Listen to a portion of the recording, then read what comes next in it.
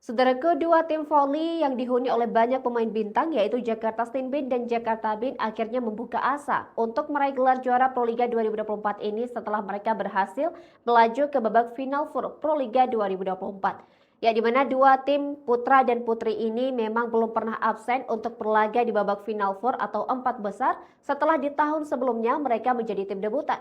Ya, tim binaan dari Badan Intelijen Negara ini untuk kedua kalinya secara beruntun berhasil melaju ke babak final for Proliga.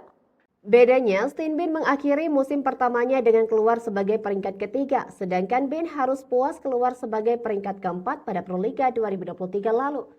Tahun ini mereka berambisi besar untuk meraih hasil lebih baik daripada sebelumnya. Sekretaris Utama atau Sestama Bin, Komjen Pol Bambang Sunarwibowo mengatakan, Proliga 2024 menjadi kesempatan bagi tim bola voli Bin bisa bersaing ke ajang internasional. Mereka merekrut banyak pemain tim nasional Indonesia dan dua pemain asing yang berkualitas cukup baik. Tim putra Jakarta Steenbin bahkan langsung tancap gas dengan penampilan meyakinkan sejak awal musim. Rifan Nurmulki DKK berhasil menyabet gelar juara putaran pertama dengan raihan 5 kemenangan dari 6 pertandingan. Namun penampilan mereka justru mengalami penurunan sejak memasuki putaran kedua hingga harus menelan 3 kekalahan dari 6 pertandingan. Steenbin juga harus menjadi korban revenge usai takluk dari Jakarta Lavani dan Jakarta Bayangkara Presisi pada pertemuan di putaran kedua. Jakarta Steenbin lolos ke Final Four dengan status peringkat ketiga pada akhir musim babak reguler. Situasi serupa juga dialami oleh tim putri Jakarta Bin yang tampil berbeda dalam 2 putaran. Megawati Hanyasri Pertiwi malah lebih dulu telat panas usai menelan 2 kekalahan dari 3 pertandingan di awal musim. Mereka dikalahkan Bandung BJB Tanda Mata dan Jakarta Popsiwo Poluan pada putaran pertama.